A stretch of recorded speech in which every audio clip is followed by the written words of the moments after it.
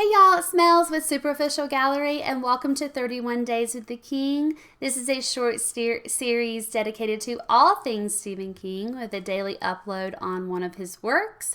As mentioned before, we will of course incorporate his more popular short stories and novels, as well as exploring the lesser known and the less popular ones as well.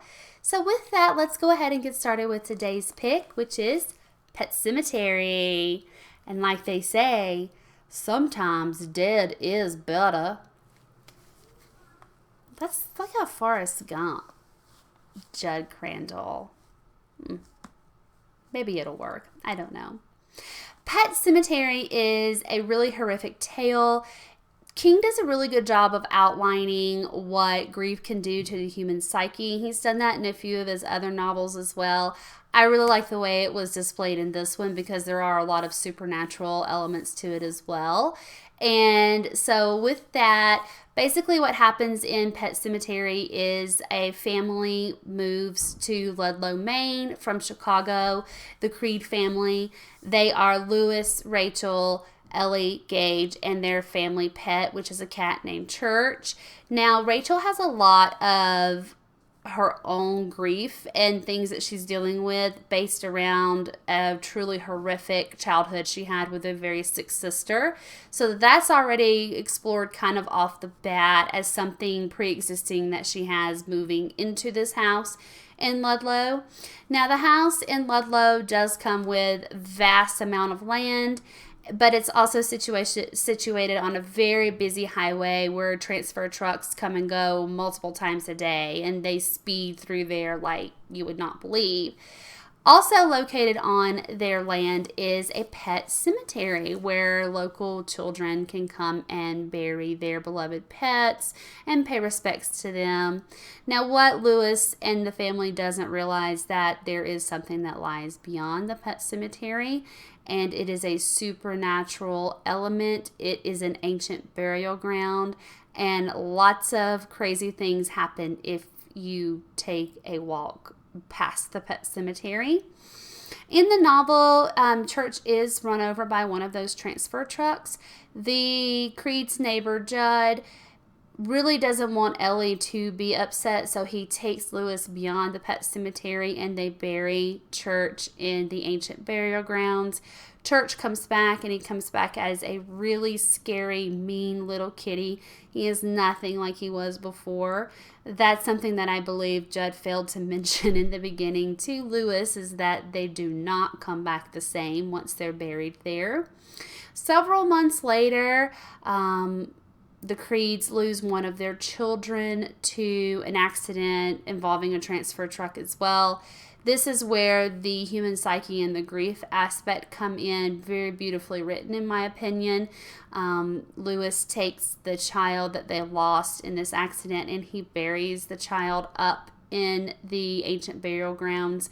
Now the child comes back and he is truly scary and horrific, and I'm sure you probably know this story, but just in case you stumbled upon this and you don't know about Pet Sematary, I won't spoil it for you, but it's definitely worth reading about it because King does a great job of describing, what happens when someone or when something is buried in the ancient burial grounds, what they come back as.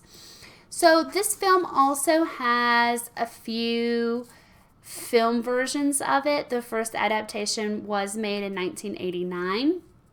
It stayed pretty true to the source material. They only changed a few things out there.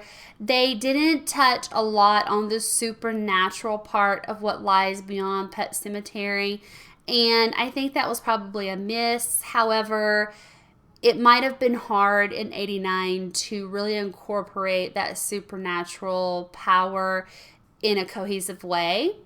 The film also got a sequel, Pet Sematary 2, which was released in 1992, I believe. And this is just not one of my favorite things. I didn't dig Pet Sematary 2. It had the same premise. A family moves to Ludlow, Maine, and, some pets die, some folks die. They throw them up in the ancient burial grounds, and they come back, not what they were when they died.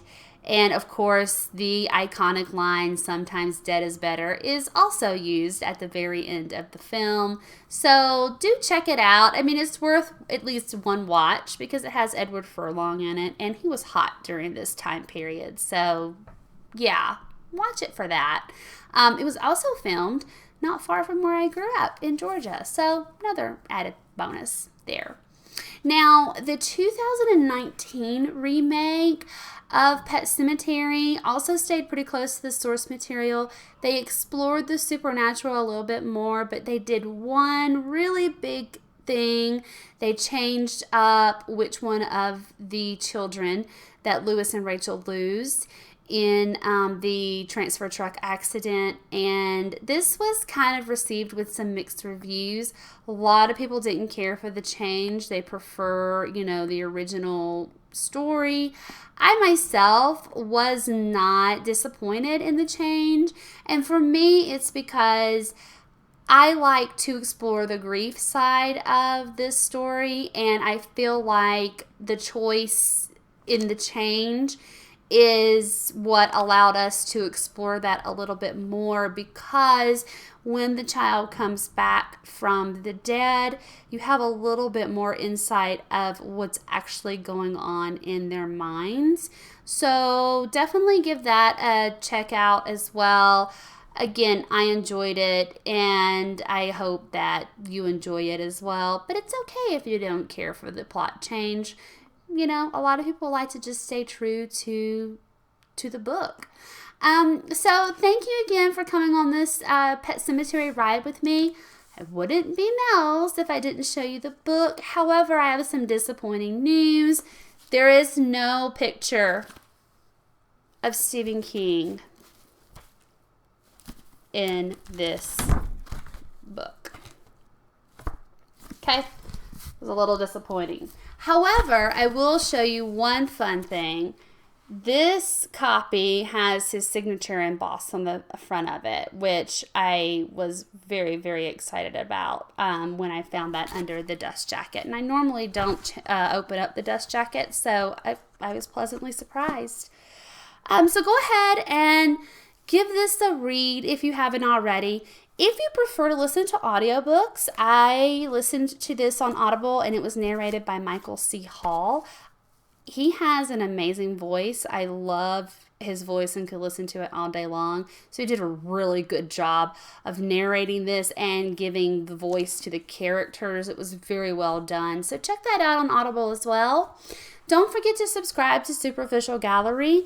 Hit the bell to get notified when new content is posted.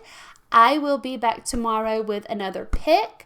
If you have read the novel, listened to it on Audible, seen all the remakes, seen all the adaptations, like and comment below and let us know what your thoughts are. If you have a favorite Stephen King work of your own that you would like to see covered, you can also comment that below or tweet me at MellsBells84 out in the Twitter sphere. And we would love to incorporate that into 31 Days with the King. Again, thank you so much. I'll be back to haunt y'all again tomorrow. And stay creepy, my friends. Bye. Aww.